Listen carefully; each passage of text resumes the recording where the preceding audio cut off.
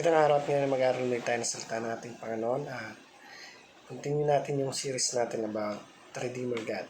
So, topic natin ngayon ay matatagpuan sa aklat ng Awit 2:7 hanggang 8.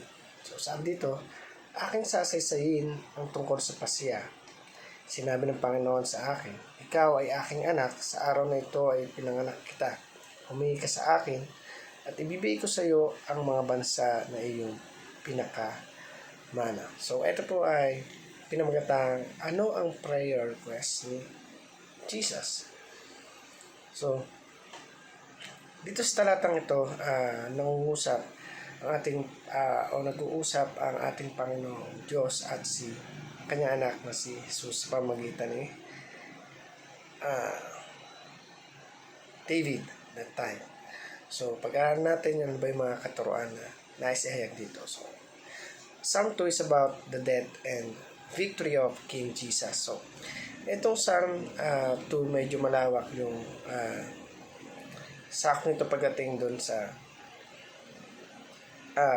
pagkamatay at yung victory ng ating Panginoon on the cross. So, yung Psalm verse 2 na to, dito nga ay ibinigay ng Lord yung pahintulot para ibigay kay Jesus ano ba yung mga kahilingan niya. So,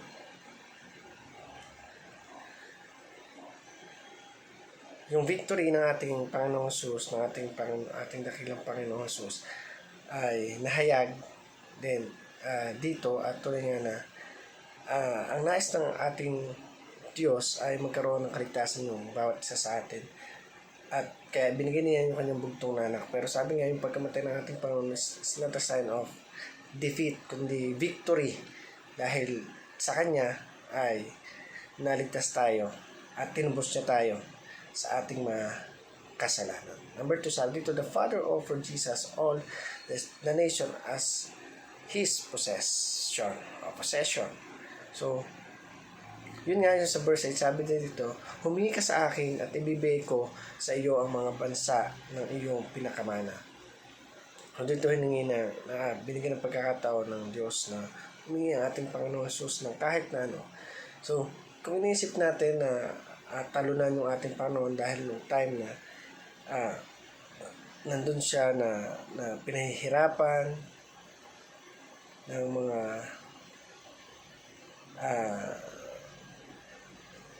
tao.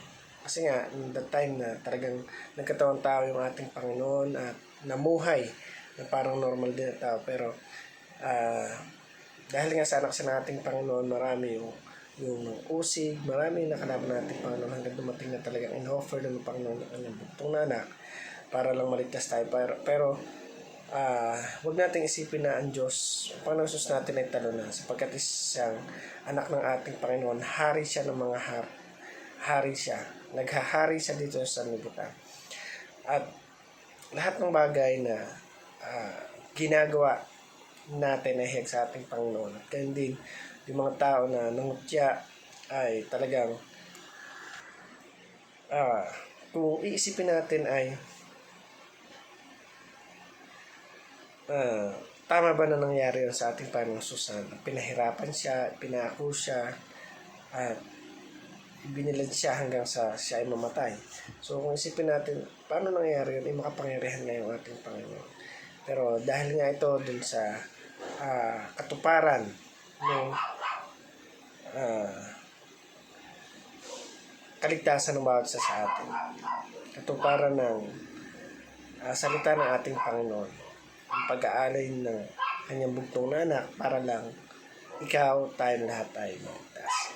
So, number 3, sabi dito, Jesus give the great commission. So, yun nga, Panginoon natin sa lumang tiyan pa lang, ulit-ulit natin sinasabi ito na talagang nahayag na ang ating Panginoon. At yung katuparan nung Great Commission ay nagmula o nag-start doon sa Bagong Tipan. So, pag-aaralan natin yung Biblia, marami tayong matututunan yung mga bagay na dati na hindi natin nauunawaan. Kapag binasa natin to, binigyan natin ng time, mas maunawaan natin ano ba talaga yung nais ipahayag sa atin ng ating Panginoon. So, para po sa ating application, sabi dito, be the voice of the Spirit. So, yun nga that time, yung aklat ng Psalm na to, o Salmo, o Awit, 2 verse 7 to 8. Ito ay nag-uusap dito ang ating Panginoong Jesus, ng Spirit at ang ating Diyos. So, ang ginagamit nila ay si David sa pamagitan ng sulat ni David na pinapahayag doon na sabi nga, naging boses siya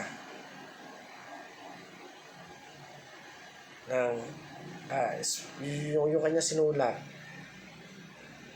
ay naging boses ng Banal na Espiritu upang sabi nga ay makapag-usap ang ating Panginoong Jesus, ang ating Diyos, ang Banal na Espiritu. So, number 2, sabi dito, warn the disobedient. Warn. So, alam natin lahat na tayo ay nakakagawa ng pagkakasala, ng pagkukulang sa ating Panginoon. Nadi-disobey natin ang ating Diyos. Pero, ang nais ng Diyos ay may tama yung mga bagay na maling ginagawa natin. O yung mga disobedience natin ay mawala. Hindi mapalitan ng pagsunod, ng obedience sa ating Panginoon. Sapagkat darating yung panahon na talagang sasamba ang lahat ng tao, ang lahat ng bansa dito sa mundo. Pangatlo, sabi dito, comfort the obedient.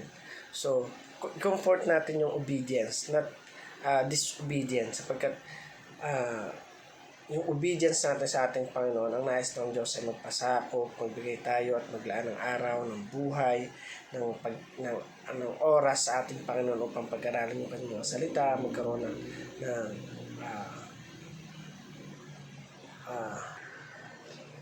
ng malalim na connection sa ating Panginoon. So, let's comfort the obedient.